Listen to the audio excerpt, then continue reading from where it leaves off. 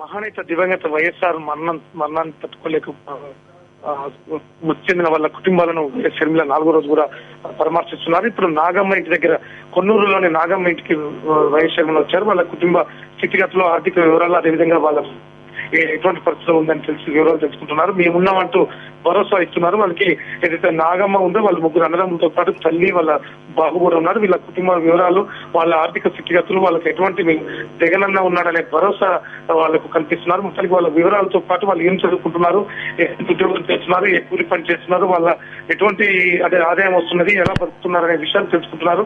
అదేవిధంగా కాకుండా మొత్తానికి వైఎస్ షర్మిల ఏదైనా పరామర్శిస్తున్న కుటుంబానికి పూర్తి స్థాయిలో మేము ఉన్నామనే నమ్మకం కలిగిస్తున్నారు. అదేవిధంగా వాళ్ళకి అన్ని విధాలా మేము అండగా ఉంటామని చెప్తున్నారు.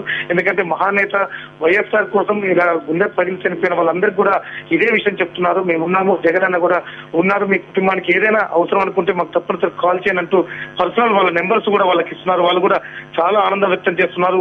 ఒక మహానేత కూతురు మా ఇంటికి వచ్చేసే కాకుండా మాలో కలుపుకొని మాతో మాట్లాడుతూ అన్ని వివరాలు మామూలు తెలుసుకోవడం కాకుండా ఒక కుటుంబ సభ్యులాగా బిహేవ్ చేస్తున్నారు అనేది వాళ్ళ ఎవరైతే పరామర్శ కుటుంబాలు చాలా ఆనందం వ్యక్తం చేస్తున్న పరిస్థితి. ఇప్పటి వరకు 22 కుటుంబాల్లో ఇది 15వ కుటుంబ పరామర్శలు. 15 కుటుంబాల్లో కూడా ఆనందానికి అవధులు లేవు. చిన్న గ్రామానికి నిరుపేద కుటుంబమైన మా ఇంటికి వస్తూ మా ఇంట్లో కలగలుపుతూ వాళ్ళు ఇచ్చింది తినుకుంటూ వాళ్ళతో పూర్తి సమాచారం వాళ్ళ గురించి తెలుసుకుంటూ మేమున్నామంటూ ఒక గంటన్నర పాటు వాళ్ళకు ఒక భరోసా ఇస్తున్న పరిస్థితి ఇక్కడ కనిపిస్తున్నది. అదేవిధంగా వైఎస్ షర్మిల మాట్లాడుతుంటే వాళ్ళు మాట్లాడిన తీరు కానీ, వాళ్ళతో మాట్లాడిన బిహేవ్ చేసిన విధానం కానీ వాళ్ళకు చాలా ఆనందం కలగజేస్తున్నది. ఒక మహానేత కూతురు చాలా సాదా సీదాగా మా గుమ్మం తాకి వచ్చేసి మా ఇంట్లో ఉన్న స్థితిగతుల గురించి కాకుండా ఒక నమ్మకం, ఆరోగ్యాల గురించి కూడా లాస్ట్ కు వాళ్ళ పిల్లలు ఎటువంటి చదువు చదువుతున్నారు, ఉన్నత చదువులు చదువుకోవాలని చెప్పడంతో పాటు వాళ్ళ ఆరోగ్య పరిస్థితి కూడా ఎటువంటి వస్తున్నాయి, అదేవిధంగా మన పింఛన్స్ వస్తున్నాయా, మీకు ఎంత ఇన్కమ్ వస్తున్నది, మీకు ఏముంది అని అడిగే చేస్తుంటే వాళ్ళు కూడా చాలా ఆనందం వ్యక్తం చేస్తున్నారు. ఒక నిరుపేద కుటుంబం ఇంటికి రావడం,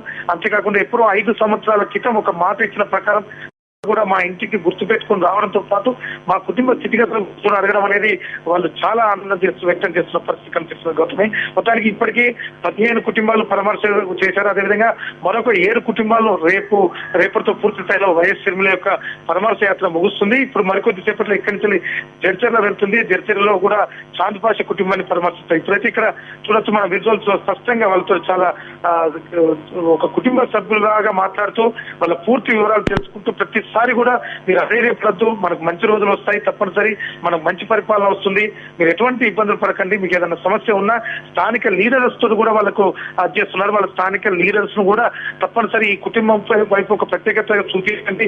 వాళ్ళకి ఏదైనా ఇందిరమ్మ ఇల్లు విషయంలో కానీ, పింఛన్ విషయంలో కానీ ఎటువంటి సమస్యలు వచ్చినా కూడా తప్పనిసరి స్థానిక లీడర్స్ ఇక్కడ ఉండాలి అని చెప్పేసి స్థానిక లీడర్స్ ఎవరైతే ఉన్నారో, ఏ గ్రామానికి వెళ్తున్నారో అక్కడ ఆ నియోజకవర్గ ఇన్ఛార్జ్ కానీ లేకపోతే స్థానికంగా ఉండే వారికి కానీ వాళ్ళకి ఫోన్ నెంబర్స్ ఇస్తూ తప్పనిసరి మీరు వాళ్ళతో టచ్ లో ఉండాలి. ఈ కుటుంబానికి ఏదున్నా, ఎందుకంటే మహానేత కోసం మరణించిన కుటుంబం కాబట్టి తప్పనిసరి మనం ఈ కుటుంబానికి ఒక ప్రత్యేకత చూపాలి అని చెప్పేసి వాళ్ళ సెల్ నెంబర్ కూడా ఇచ్చున్నారు. అంతేకాకుండా ఎవరైతే తెలంగాణ వైఎస్ఆర్సీపీ వర్కింగ్ ప్రెసిడెంట్ ఉన్నారో పొంగులేటి శ్రీనివాస్ రెడ్డి గారు కూడా పర్సనల్ నెంబర్ కూడా ఇస్తూ తప్పనిసరి మీకు ఏదన్నా అవసరం అనుకున్నప్పుడు మాకు అడగండి, మా వీలైనంత వరకు మీకు మేము అండగా ఉంటామని చెప్పే పరిస్థితి కనిపిస్తాం. గౌతమ్, మొత్తానికి మహబూబ్ నగర్ జిల్లాలో సక్సెస్ఫుల్ గా పరామర్శ యాత్ర